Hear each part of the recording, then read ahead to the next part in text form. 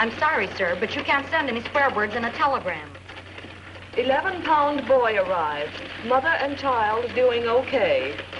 Who said America was through? I'll repeat. A paid telegram to Dr. Murray Reed, 219 Temple Avenue, City. Congratulations, stop. Plans afoot for small party in your honor. Manville Penthouse next Saturday, 10 p.m. Stop. Maintain secrecy. Stop. Promise you most original party ever slated. Signed, your host. Yes, sir. I'll send that to the 8 addresses you gave me. Please deposit $3.36 in the coin box. Thank you. Gee, that guy's got a spooky voice. Maybe he's an undertaker. No, he's throwing a party.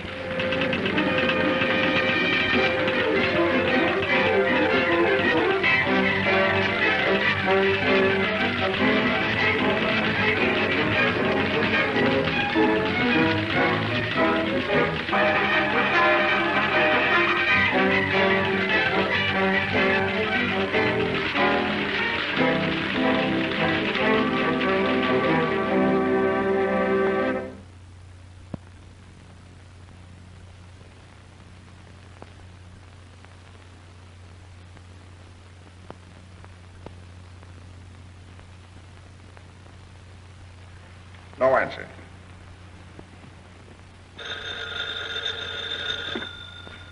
Hello? Oh, hello, Mr. Osgood. Why, no, of course I'm not too busy. I see you've gotten rid of young Abbott, Doctor. Thanks for acting so promptly.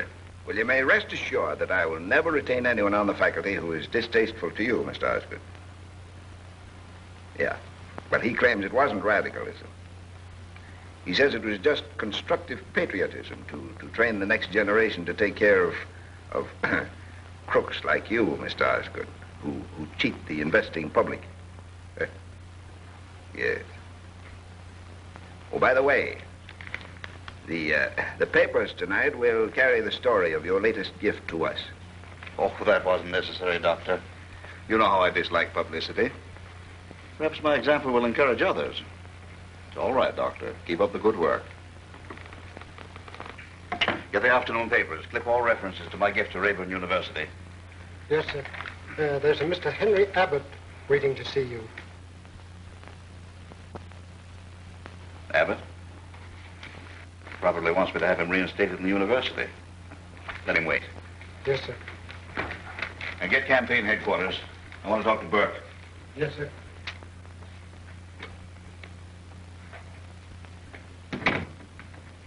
Mr. Abbott. Yes. Mr. Osgood says for you to wait. Thank you. Oh, good afternoon, Mr. Burke.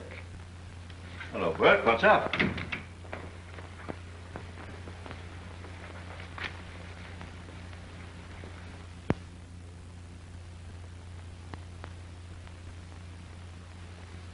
Is this true? 30 years ago, when I was a boy. Why didn't you tell me? You know what you've done? You've handed the mayor's chair to Tim Cronin's man on a platter. For 30 years, I've been straight. There hasn't been a whisper. How did they find out? That woman lawyer of Cronin's. Sylvia Inglesby. Yes, she traced me back every step of the way. My whole career ruined. Your career? What about mine? We've held you up as a stainless character, and you come sniveling in here the day before election and tell me that you're a jailbird. You've let Tim Cronin make me the laughingstock of the whole city. Get out! But I... Get out! Get me Tim Cronin's office. Yes, sir. Mr. Abbott is still waiting, sir. Tell him that Dr. Reed's decision is final. Yes, sir.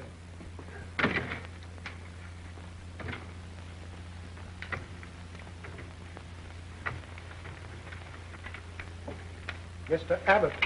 Yes. Mr. Osgood says to tell you that Dr. Reed's decision was final. Ask him if he needs a new candidate for mayor.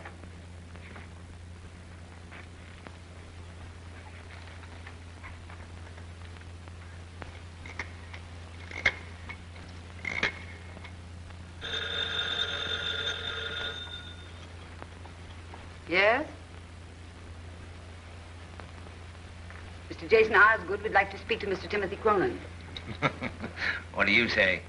Mr. Cronin is in conference with his attorney, Miss Sylvia Inglesby. Yeah, why didn't you tell him that? Osgood would have got a kick out of it. It's going to be hard on Burke.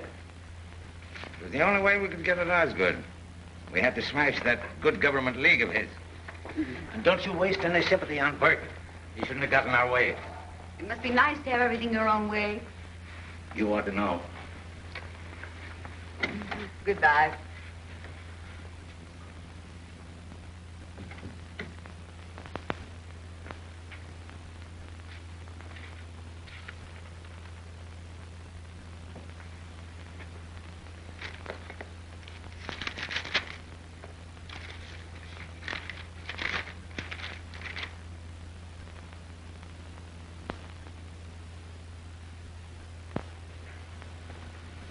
Two lumps, June.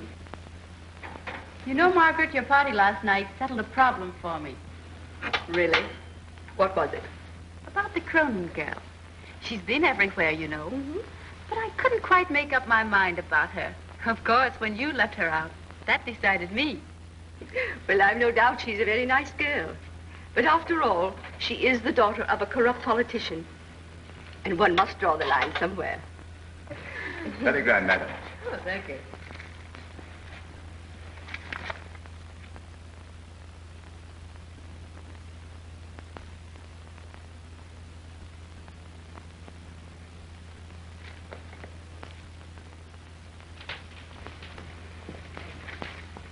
Another telegram, Miss Jean. Well, this certainly is our busy day. In gospel train I'm coming. I hear it just as hey. I hear the car wheels moving and rumbling through the land.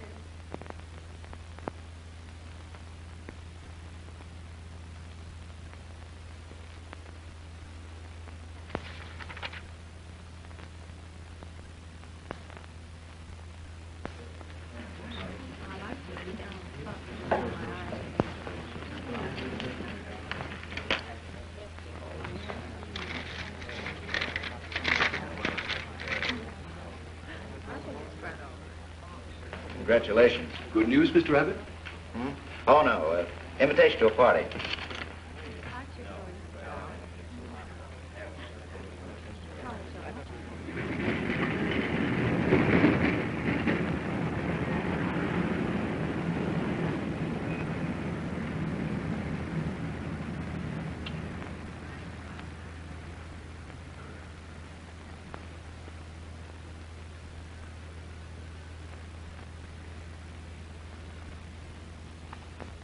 You and I are old friends, Margaret. Own up now, it was you who sent that telegram. Until I entered this room 5 minutes ago and found you here, I hadn't the slightest idea whom I was to meet or who was giving the party. But seeing you here, I had my suspicions. And I'm hardly in the mood for any celebration, especially after what happened at the polls yesterday. The whole town's laughing at me. I've never been so humiliated in my life. When I think of what Tim Cronin did to me, All right, Jason. It wasn't you. So we'll go back to Dr. Reed. Well, I know nothing whatever about it. At least, nothing more than is contained in this telegram. Well, I think it's all a silly joke. Well, it was clever enough to bring us here. It was clever at that. Seems to me, Margaret, that somebody's trying to challenge your position as giving the city's most humorous parties. Well, tonight I'm quite content to be a guest. And when our host appears, I'm going to ask him to show me his house. The little I've seen is marvelous. But I don't like it. I don't like it a bit.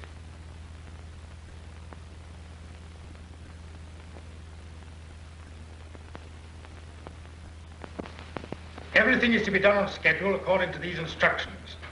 If the guest should ask any questions, they're to be answered with a simple statement that you do not know, under no circumstances. How do you know we're going to get paid for this job? Well, the agency that sent us here will be responsible. They told me so. Isn't that good enough for you? Yes, it'll have to be, but just the same, I don't like it. The place is too perfect. Nothing has ever been used. You mark my words, something is going to happen. Well, you've heard the instructions. Everything is to be timed to the second.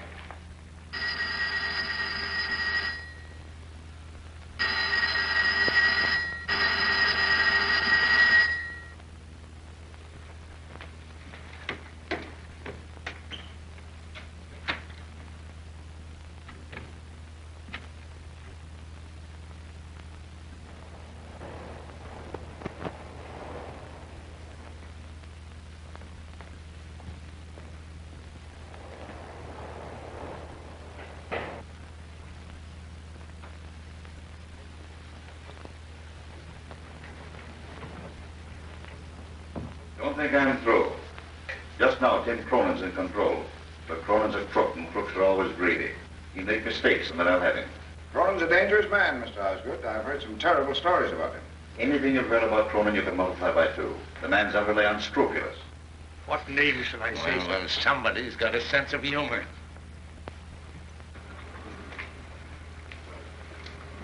How are you, Osgood? I'm well, thank you. Hello, Doctor.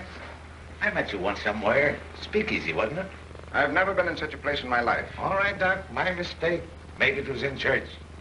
You all know Sylvia?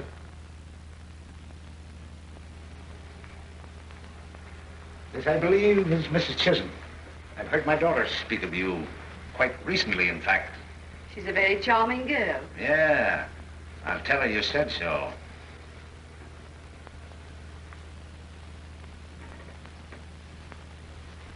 How are you? Fine. And you? Splendid, thank you. Glad to hear it. Interesting place, this.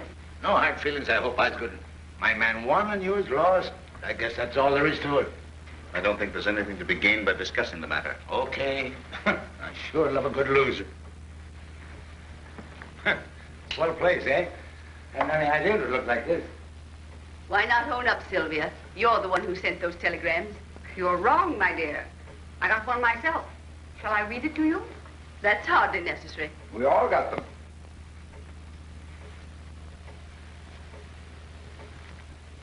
The grandest city in the world. Say, Osgood, you any idea how I feel about that tonight?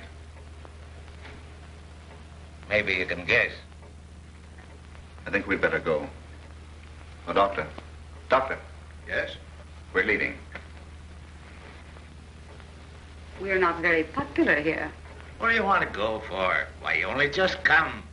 Somebody planned a swell party and now you want to run out on it. Everybody makes whoopee on Saturday night. We've got that much in common anyhow. Good night.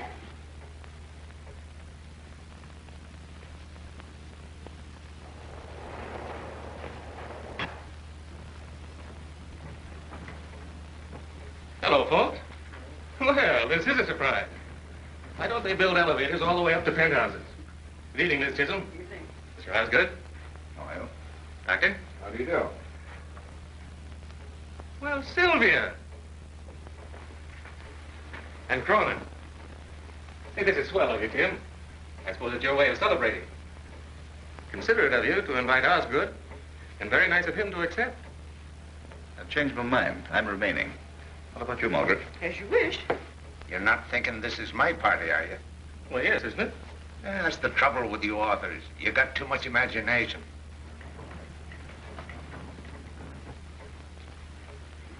Name, please. Hello, everybody. Friends and enemies. Oh, this is Rich. How are you, Margaret? Hello. Which one do I thank? Hello, Osgood. Why, Doctor, is this a pleasure or is it a pleasure? Hello, Sylvia. Is this your idea of a joke, Mr. Abbott? What, meeting you? You should take yourself more seriously, Doctor. Hello, Jim. I'm asking if you invited me here as a perverted joke on myself. If so, I will... I? Why, Doctor, have you forgotten? I'm one of the unemployed. Oh, allow me, Mr. Cronin, Mr. Abbott. Isn't this your party? I wish I could plead guilty, but I don't run to this sort of thing. My guess is as good as anyone's. I picked Jean Trent. Oh, that's impossible. She wouldn't have asked me. Oh, don't be silly, Jim. Jean's too good a sport to hold grudges. Well, who else could it be? The whole thing's got Hollywood stamped all over it. Why, those people can't even pay their gas bills without a lot of drama.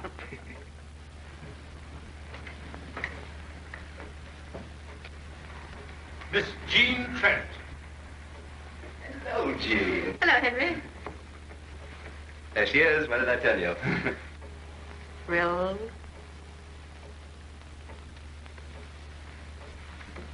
Now then, everyone.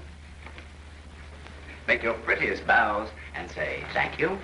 Jean, is this your party? My dear, your roof garden is charming. Wait a minute. I don't understand. Oh, come along now, Jane. You've had your fun. Now own up. Well, don't be silly, Henry. This is your party, isn't it, Margaret? No. Jean, I'm clairvoyant. I can read your thoughts like an open book. Now look me in the eye You received a telegram asking you to come to this party and signed your host, didn't you? Yes, I did. I knew it. So did I. So did all of us. But the peculiar thing about this shindig is there isn't any host.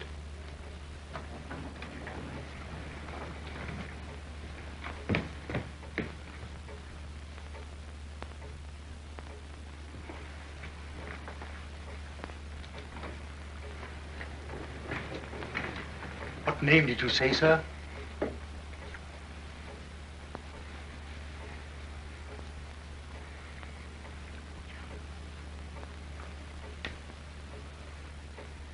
Mr. William Jones. Did you send? Are you our host? Me? Oh, no. Excuse me, sir. I'm the assistant butler. What? Well, you see, I ain't got no fish and soup. And I gotta wait for my brother to come home. He works in a speak up on 50th Street. That's why I'm so late. Go into the kitchen. Yes, sir. I regret, sir. I apologize, sir. All right. What's your name? Hawkins, sir. It would be.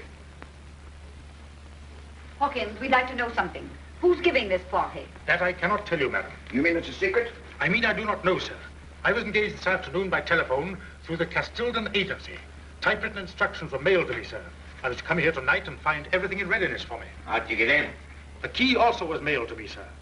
Your host has planned a very interesting evening, if I may say so, sir. Well, Hawkins, you seem to be as much in the dark as the rest of us. Maybe we'd understand it better if we had a little glass of something. I'll bring the cocktails immediately, sir. If you will pardon me.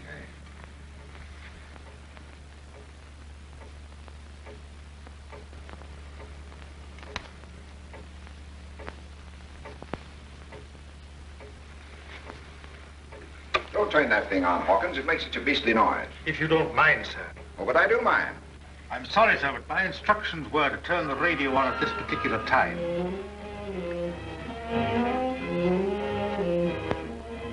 Patience is such a sweet virtue. Don't you think, Doctor? Jean, shall I go or stay? It doesn't make the slightest bit of difference to me. I don't want to spoil your evening. You can't hurt me anymore, Jim. No matter what you do. When we were children, if you were angry with me, I thought the world was coming to an end. Now it doesn't matter in the least. We're an odd bunch for anybody to select for a party. Here's Dr. Reed. He thought so much about society, he had me dismissed from the university. But he's bearing up very bravely. We'll all be the best of friends after we've had a few drinks. Won't we, Osgood? No. Oh, now, gentlemen, let's not begin calling each other names on Saturday night. There's only one name for you, and Miss Sylvia Inglesby. That's enough. Leave Miss Inglesby out of it. It's all right, Tim. Mr. Osgood's not a very good loser. It ain't all right.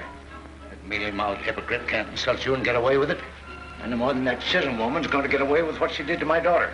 That's enough, Cronin. You've said enough. Please, Tim, please. Why pretend to be comfortable in the society of people we can't tolerate? Meaning me, of course.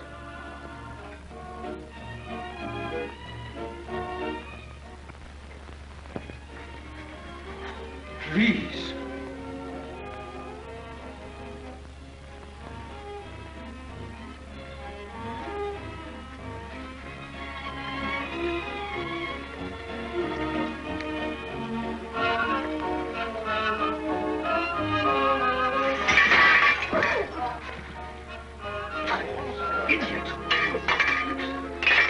This is becoming ridiculous.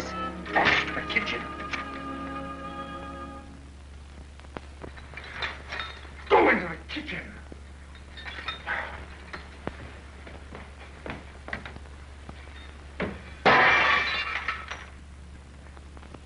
Jason, will you take me home? Certainly. I'm going too. Are you coming, Doctor? Wait! Don't anyone leave. This is Station WITS, WITS, Broadcasting. I trust you have enjoyed the first part of the evening's entertainment. You are now listening to the voice of your host.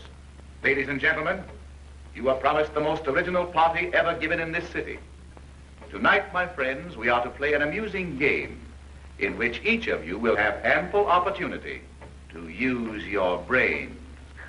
This may be fun after all. Now we'll clear up this mystery. He's very clever, whoever he is. It doesn't sound like any voice I've ever heard. But where can he be? Probably sitting in another room with one of those trick microphones hooked up to this thing. I warn you, however, the stakes will be high, for tonight you are commanded to play an absorbing game, a game of death. You have been chosen with care, for only men and women of your exceptional intellectual ability will be worthy opponents. Until dawn, we will play a game of wits, yours against mine. Does he think he can frighten us with this kind of nonsense?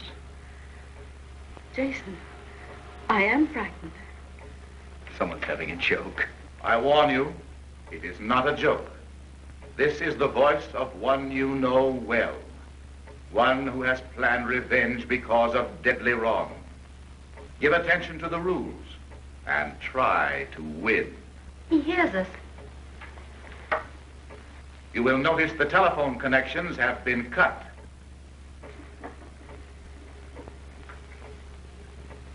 This is ridiculous. To touch the radio means death. It's charged with enough electricity to kill you instantly. Well, I'm getting out of here. Come on, Tim. There is no escape. The gates by which you entered the garden are also charged with electricity. I want to get out of here. Margaret, don't let this thing get the best of you. Some ghastly brand of foolishness. But Jason, Just a minute. This may be only a joke, but I've had the feeling for the last few moments that someone in this room, one of us, may be behind it. You're crazy. There are people here I wouldn't be found dead with. But I don't think they're capable of this. Thanks. Every one of you has some secret which you hide from the world. Through these weaknesses, I will attack you. If one of my guests lacks the courage to play the game with me, I have provided a simple means of escape. If you will look on the shelf above the fireplace, you will find a small bottle.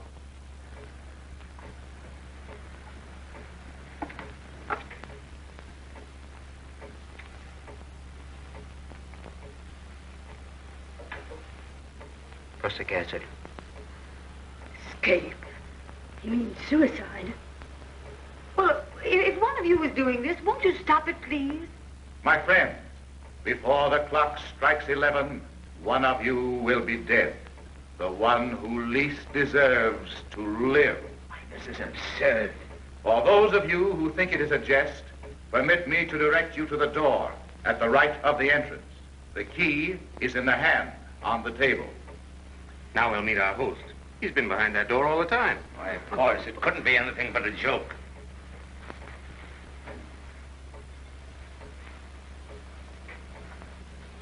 Come on, give him a reception.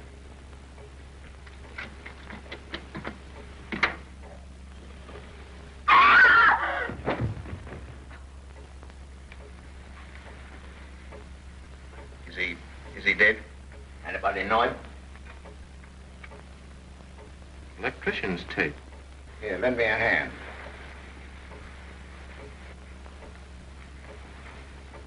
Gene. Gene, come back here. Come back here. Gene, come out. Don't be killed. What?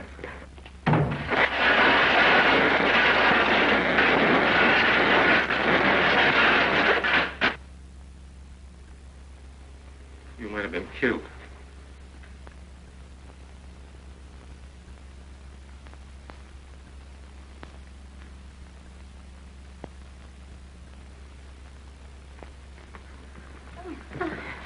There, dear.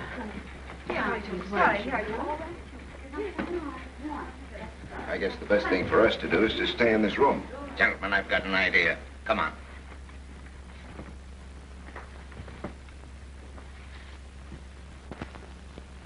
That butler must know something.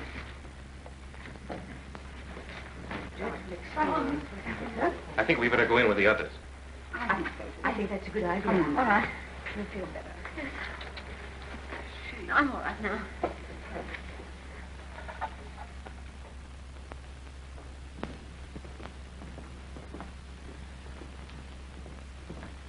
Yeah? Then what? Come on, spill it. Then I came here, sir. I met the chef down below and we came up together. Since then, I've been carrying out my instructions, sir. Ever been here before? No, sir. You're lying. No, you don't. Find some rope and we'll tie these fellas up.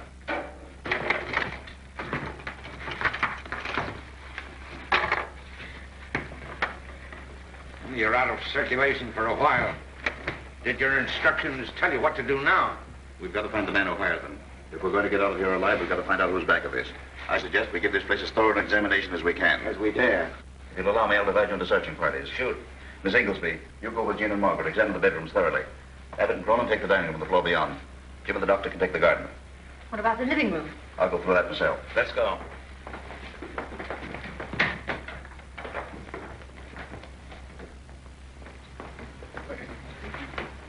Yes. Would you like me to go with you, Jean? Oh, no, it's all right, Henry. I'm all right now. Abbott, you better come with me.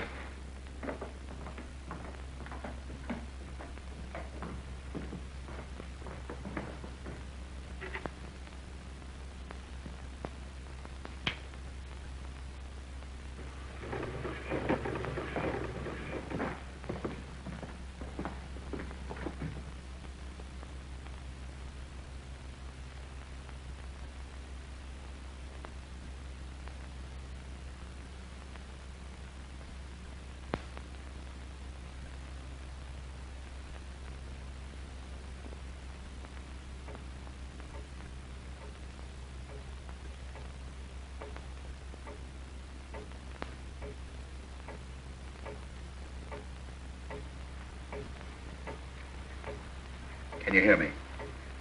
It's Jason Osgood. There's nobody else in here. You said you were going to kill me. Will I make it worth your while to let me out of this? Don't you understand? I'm not trying to threaten you. I'm trying to make a bargain. I'll give you $50,000. I won't try to find out who you are. I'll give you $100,000. More than that if you give me time to get it.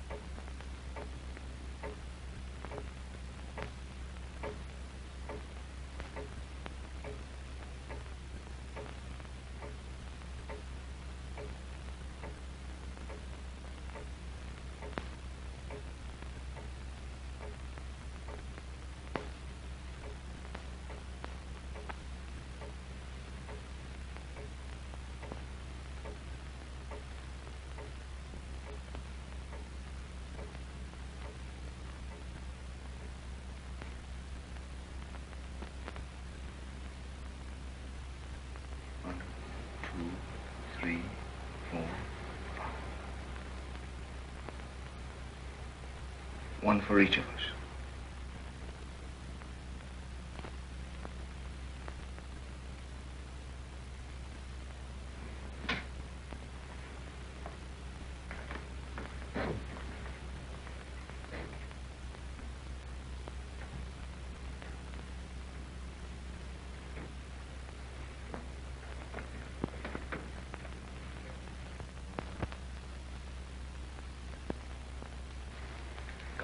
Let's get back.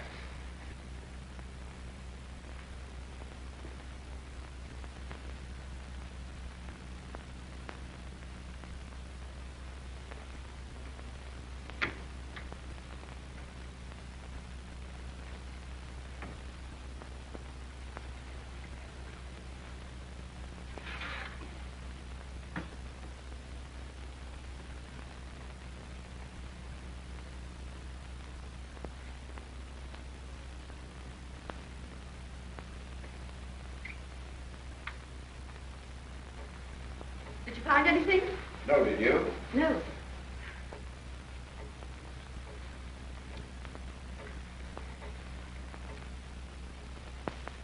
Where's Mr. Osgood? Right here. Oh, Jason. I thought we might need something. Hey, you're not so bad after all, Osgood. Thanks.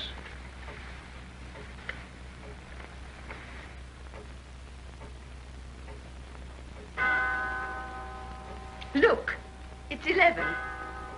We're still all here. And nothing's happened. Then he's failed.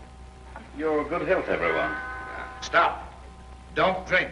You are about to meet my guest of honor, the 9th guest. The 9th guest? His name is Death.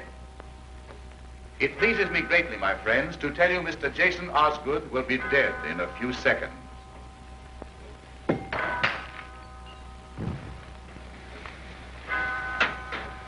Let me get his pulse.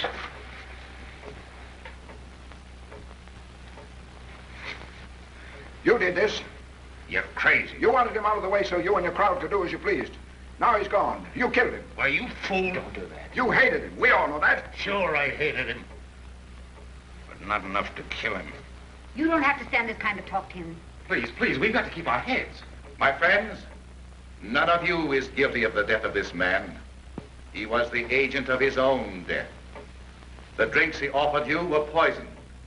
When he opened the bottle of prussic acid, he cut himself on the poisoned cap. Stop it!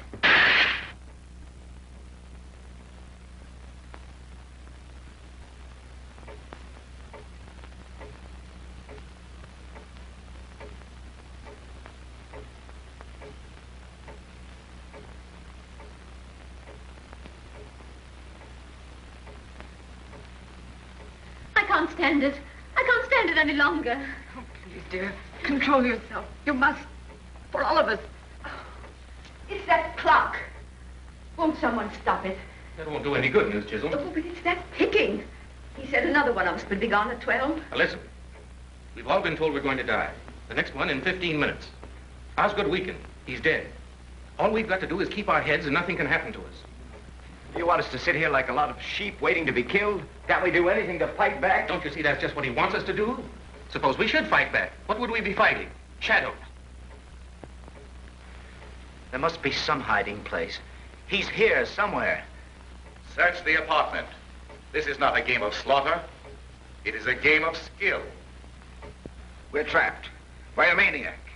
You boasted you had the whole police force in your hands. Can't you do something? What can I do? With the wires cut, how can I reach him? Tim. My friends, this is a game in which you take one side and I the other, with Death as the referee. If I lose, I will appear and die before you all. That butler hasn't heard a word of this. I'm going to take him to the gate and tell him to get out. If he hesitates, we'll know he's in on this. Come on. If he's killed, that's murder. Murder. We're fighting for our lives.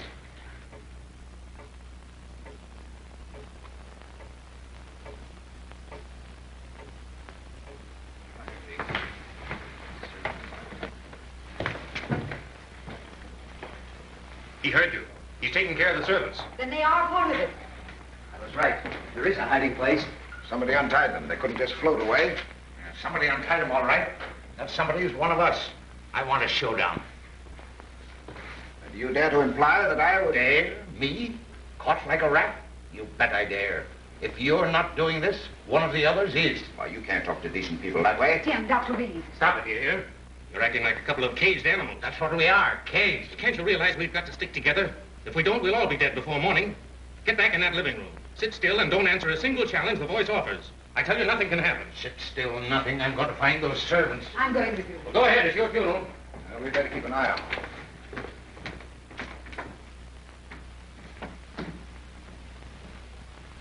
Come, Margaret.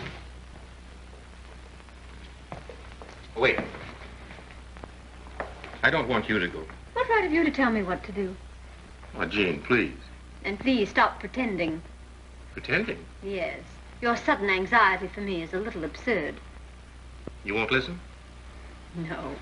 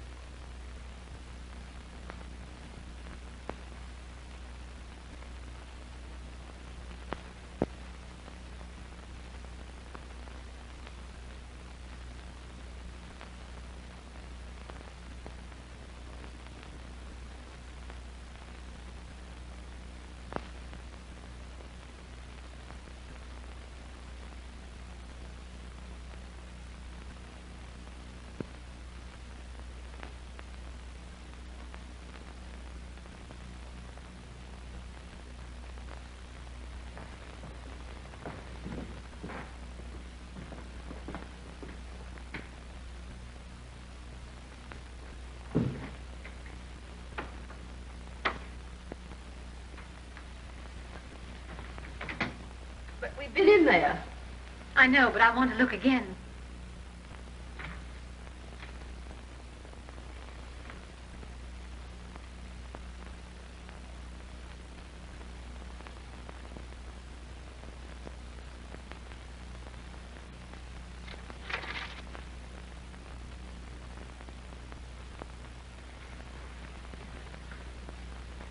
Did you find anything?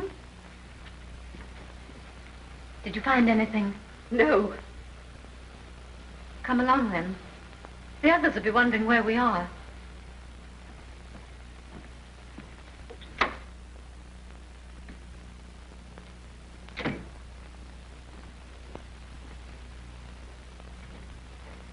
Cigarette? It's good for the nerves.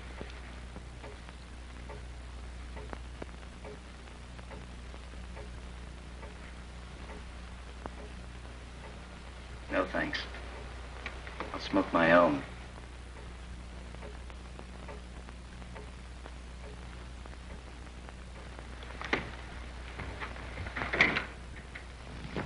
What's going on here? Well, I tried to attract attention by burning some newspapers on the parapet, but I don't suppose anybody could see the blaze. 50 stories up, you might as well wave a lighted match. Well, the setbacks begin 10 stories down. I couldn't throw a message beyond them. I tried. You might have set the place on fire. It's like a cheap movie. Now, perhaps you'll listen to me. We've got to fight this thing with common sense. If we all stay inside and keep quiet, we'll be safe. Now, come on. If I thought that you... Oh, please, gentlemen, let's go inside. Find anything, Miss Chisholm? No. Well, are you going to tell them, or must I? I don't know what you mean. Oh, yes, you do. We were searching the front bedroom. You didn't know I saw you, but I did. Jean, please. Well, there's a table by the bed. There was nothing on it when we went there first. But when we went back, there was an envelope there. I saw Margaret pick it up and read it. And then she hid it in her dress. Margaret. Margaret, what was it? Let's see that letter. It isn't true. Jean, you're sure? Well, yes, of course. Sylvia, you and Jean take her to another room and search her. You wouldn't dare. Will you let us have that letter?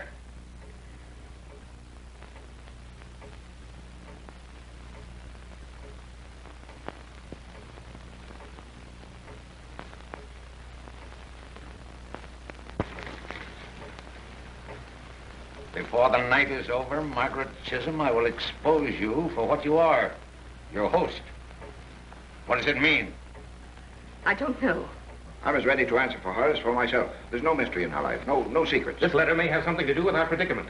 You've got to tell us what it means. She'll tell, all right. The time draws near when the second of our company is to leave us. I'm sure you will agree that the second, like the first, is unworthy of such a distinguished company. Before our guest departs, some details of her life may be of interest to you. Her life? I have selected for my next opponent our brilliant society leader, Mrs. Margaret Chisholm. Stop it, stop it. This woman has no right to the name you know her by. The only name to which she has legal right is that of her first husband, Jimmy Vickers, from whom she was never divorced. Oh, that's not true. Margaret Chisholm's sins have overtaken her at last.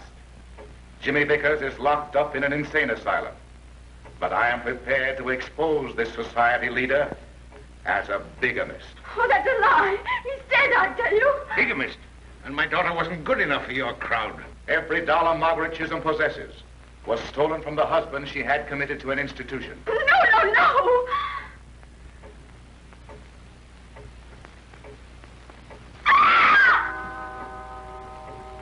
Margaret!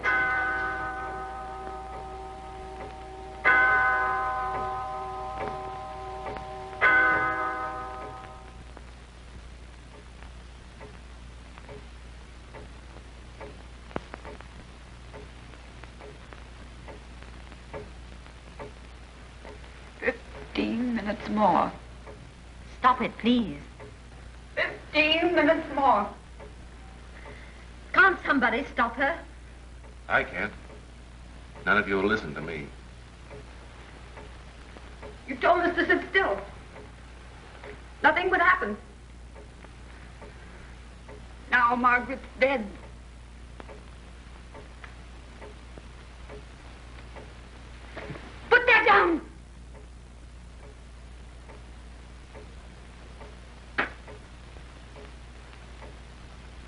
She killed herself. They were both killed by their own weakness. Just as that radio voice said all of us would be. It's one of us. It must be. We've looked everywhere. Yet the servants disappeared. Somebody helped them. And that letter. Somebody put it where Margaret would find it. 15 minutes more. He just said another would go. You're the only one here would like to kill me. Now Osgood's gone. I never earned the reputation of a killer. You have. You yellow school teacher. Jim, please. We're playing right into their hands, just as we did both times before. You said it was one of us.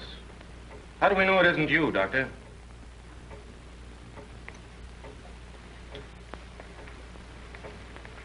Or you? You're in league with half the crooks and racketeers in the city.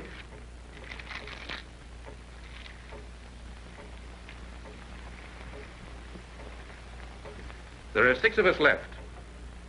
And everyone has something against somebody here. I never harmed anyone. You kicked me out of the university without a chance to defend myself. Please. I had to put you out because I didn't like your opinions nor your sneering, arrogant vanity. How do we know it isn't Abbott? You have reason to hate Dr. Reed. How do we know you haven't something against all of us? Why do you leave yourself out? Wait. Please don't. Yes, why? There's only one person I know who'd be happy to see me dead, and that's you, Jim. Well, that isn't true, Jean.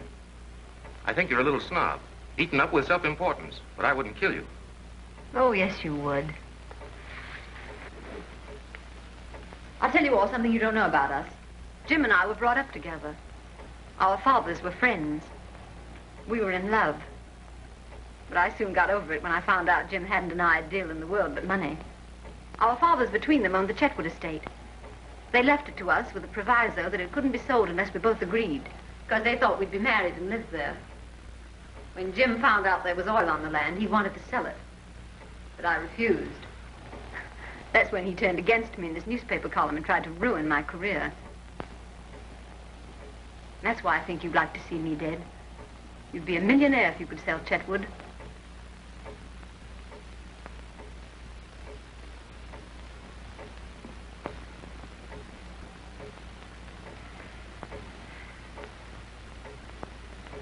Have you finished?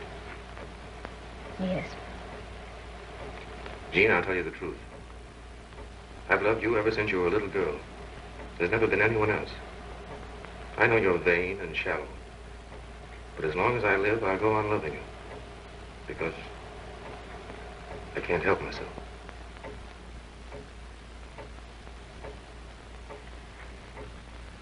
Now you've heard all about us, and Abbott, and the doctor. What about you, Cronin, and Sylvia? Well, what about us? You both have reasons to want to see each other dead. Sylvia's the best friend I've got. Her husband filed suit for divorce yesterday, and she made him withdraw it. How'd you know that? How does a newspaper man know anything? That's plenty of reason for you wanting to get rid of her. Everyone knows you're insanely jealous of her. And she has a much better reason for wanting to see you dead. You left her $250,000 in your will. Ask me how I know that. It's true, isn't it? Yes, it's true. Don't let him frighten you, Tim. But Sylvia wouldn't kill me for that. There are men within a dozen blocks of here who'd kill you for much less. Now you've heard the whole works. What's your verdict? Which one of us wants to kill the other 5?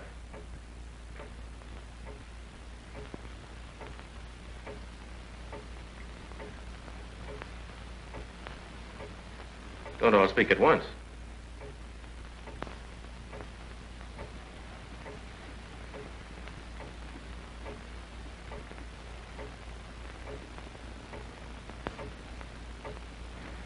Why don't you search us? Margaret Chisholm had something hidden. We'd never have known it if Jean hadn't told. Maybe some of the others have something in his clothes that'll give the show away. Nobody's going to put a hand on me. Why should you object if you've nothing to hide?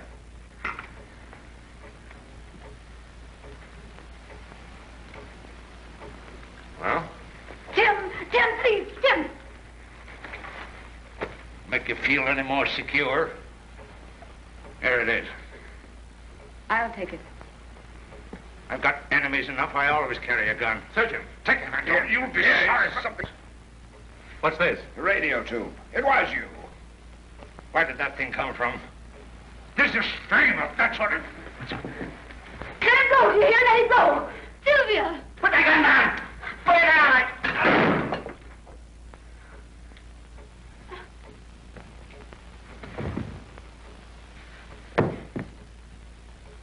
Tim! Tim!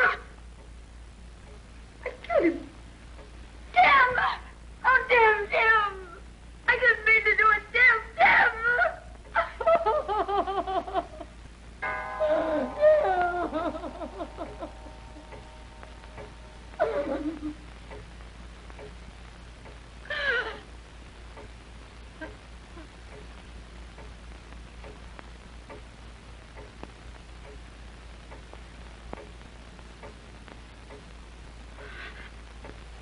Sylvia!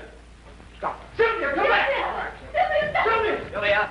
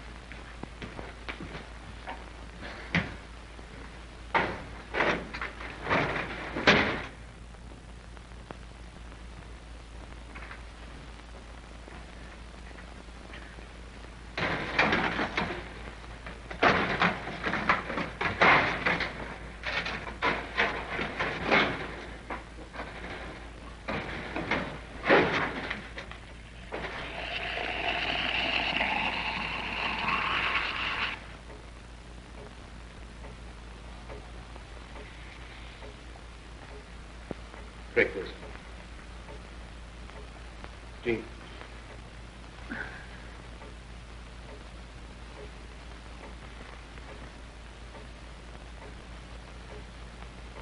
No. Well, Gene, you don't think that I don't know what to think anymore.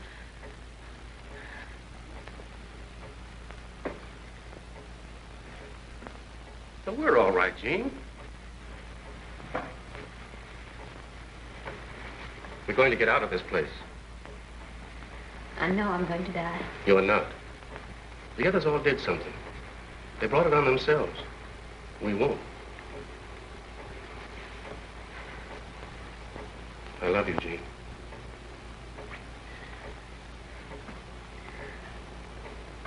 You told them all about me. Oh, you shouldn't have done that. You made me feel so cheap and mean. You're not. Oh, yes, I am.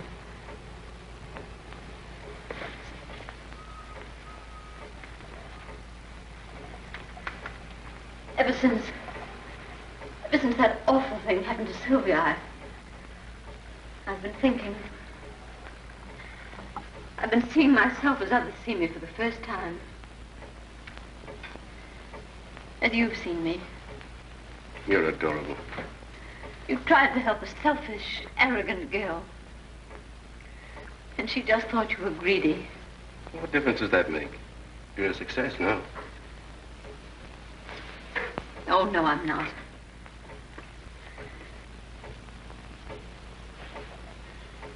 I'm just lucky, that's all. I got the breaks that other girls didn't get. But I haven't really lived yet. I don't want to die. We'll find some way out of this. There must be some way.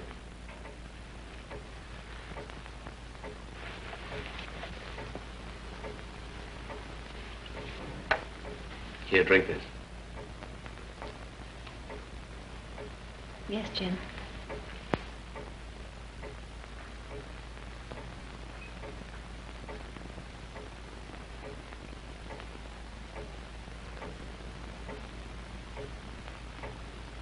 Why are you looking at me so queerly? What have you done to me? Nothing.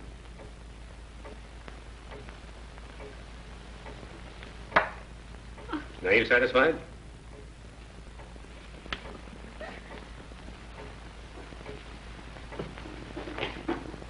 One minute you admit that you're spoiled, and the next you accuse me of trying to poison you. Oh, I'm sorry, darling. I don't know what I'm saying. Oh, darling, don't let anything happen to me. I want to live. I want you. Oh, Jim, I'm afraid. I'm afraid.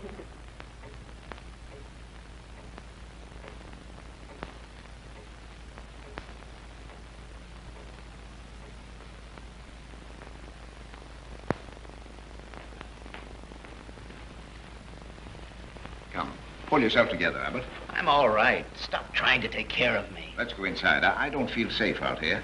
Safe? Do you feel safe in there where 3 of them died already? Oh, come along. Come on, let's go inside. I'm all right. Leave me alone. Take your hands off me. Come on. Come away from that. Will you leave me alone? Come on.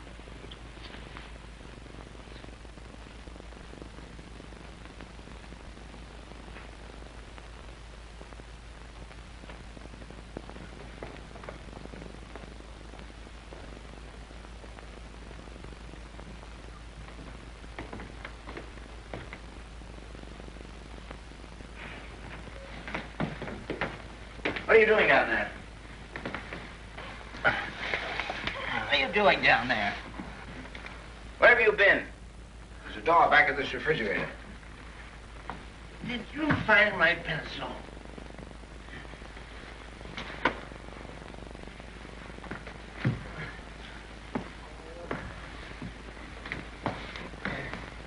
I've got it here. Lend me a hand.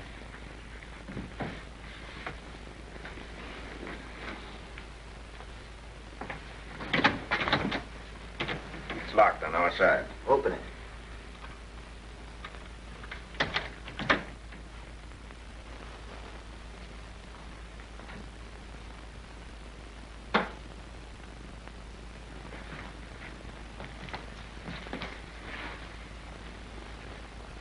They're drugged.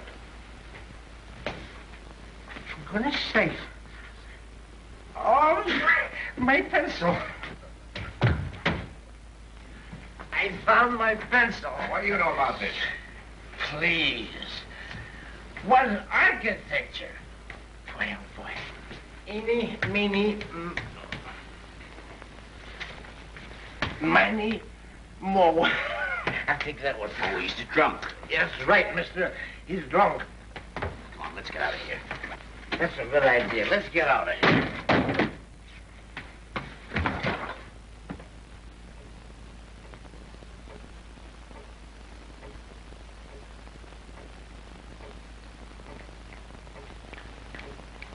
Oh, sit down, can't you?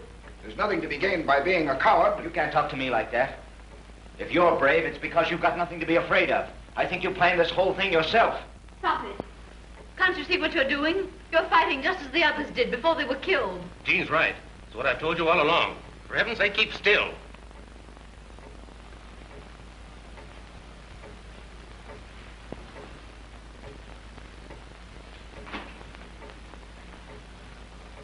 Why did you turn those lights out? Because I don't want to be any more conspicuous than I have to. Only 4 of my guests are left. Dr. Reed, the well-known educator, Jean Trent of the Honeyed Voice and the Golden Charm, Jim Daly, brilliant journalist, and Henry Abbott. Just 4 opponents. Are we cowards? Let's do something.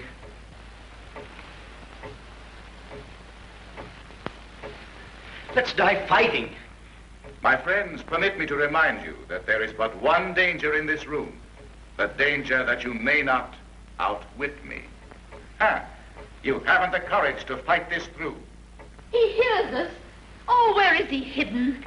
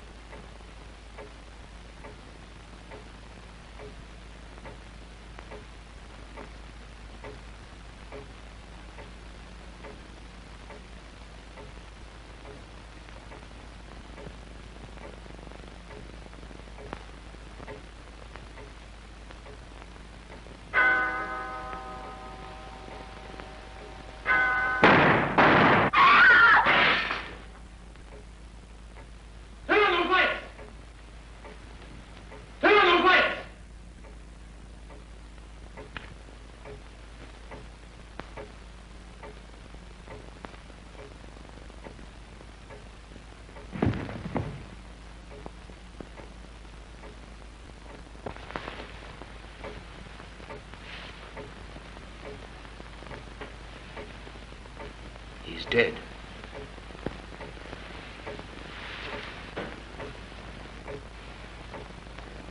Someone's out on the roof. He fired through this window.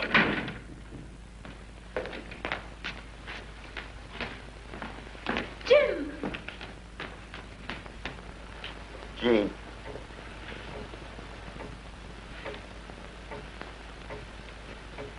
Henry. What's happened? Looks like someone's a bad shot. Oh, Henry. Are you hurt badly? No, I don't think so. Jean, I've got to tell you, we may never get out of here alive, any of us. I love you, Jean. Oh, Henry. Please don't. Not now. I may never have another chance, dear. I want you to know I love you more than anything else in the world. I have for ever so long. I wouldn't have dared tell you, except...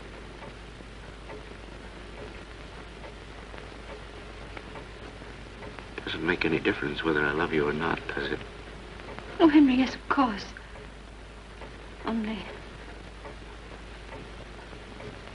Only just now we've got to find Jim.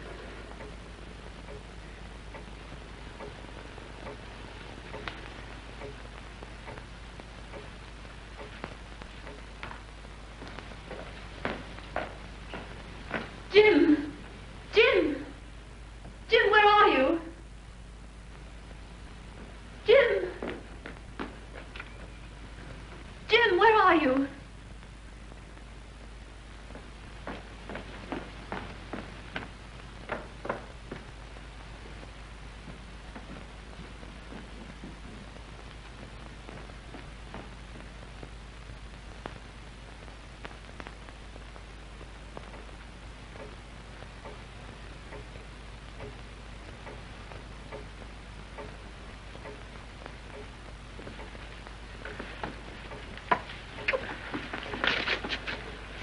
What are you doing?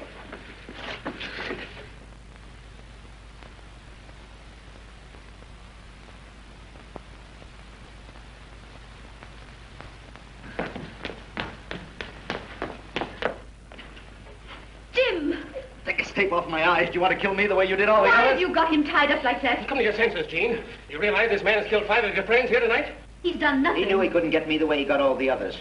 He wanted us to think that Dr. Reed was killed by someone outside in the garden, but he wasn't.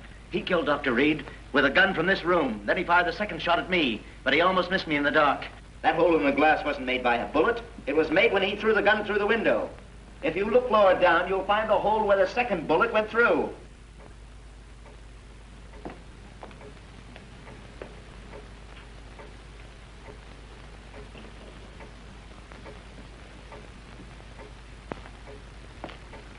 Take that strip off his eyes.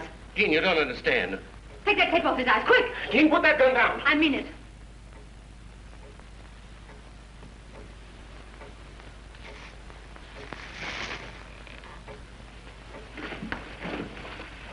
Now listen to me. I'm going to prove that Abbott and nobody else did this. He planned the whole ghastly party. For a long time, I couldn't see that any of our crowd could be guilty. And then suddenly it dawned on me. Abbott was the only one in the room that the voice answered directly. It never answered anybody else. Don't you believe him, Gene? Now I know who was in that closet. You introduced me to him months ago. He was a young electrical engineer. You brought him here to wire this place, and then you killed him. He's lying, Gene. Killed him in cold blood, just like you did the others. You killed him to keep your secret. Didn't you? Wait. Don't anyone leave. What is it? This is Station WITS, WITS Broadcasting. I trust you have enjoyed the first part of the evening's entertainment. You are now listening to the voice of your host. Now do you believe me? Abbott sat in his chair every chance he could get tonight. He was in it every time the radio voice started to speak. Listen to another.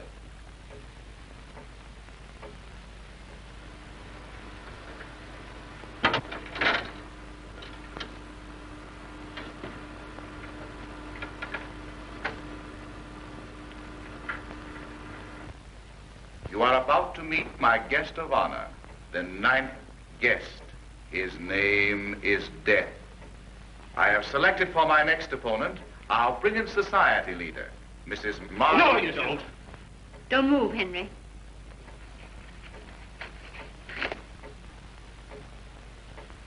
A microphone. Now we know why the radio voice could follow our every move. When he couldn't count on those records, he had this. There are probably a dozen places in the house where he could plug it in. He killed Dr. Reed and then wounded himself in some way to fool us before he threw the gun through the window. All right. I promised I'd play fairly if you outwitted me. Well, I've lost.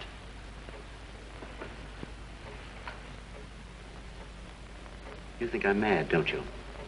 I can see it in your eyes. Me, mad? I'm not mad. Is a man mad because he kills his enemies? I saved every cent for years to get you together like this. I rented this place under an assumed name so I could kill you. What have we done that you should want to murder us? Osgood ruined my father in the market and he shot himself. My mother died in poverty. But I didn't kill Osgood. I didn't have to.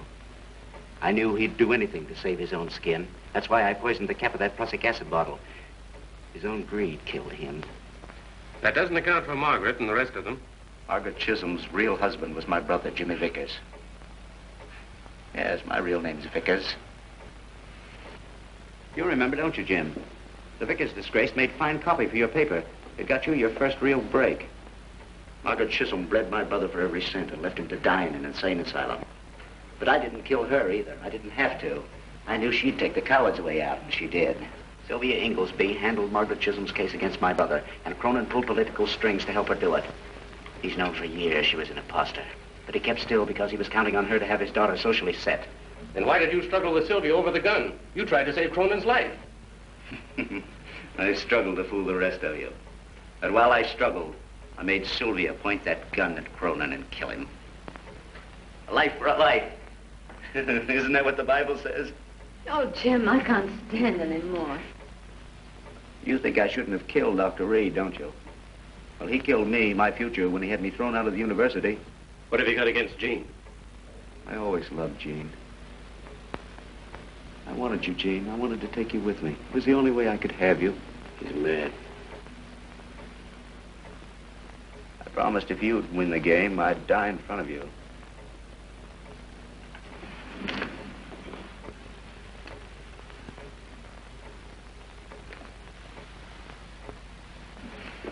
It's your last trick, Abbott. Now get us out of here or I'll kill you.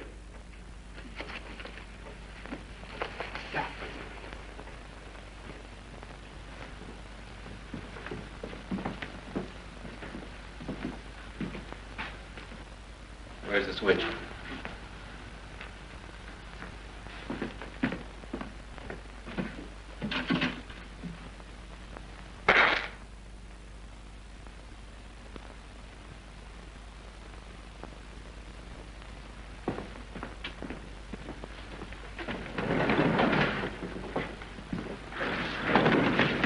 What are you doing? You needn't worry about me. Trials are such messy things.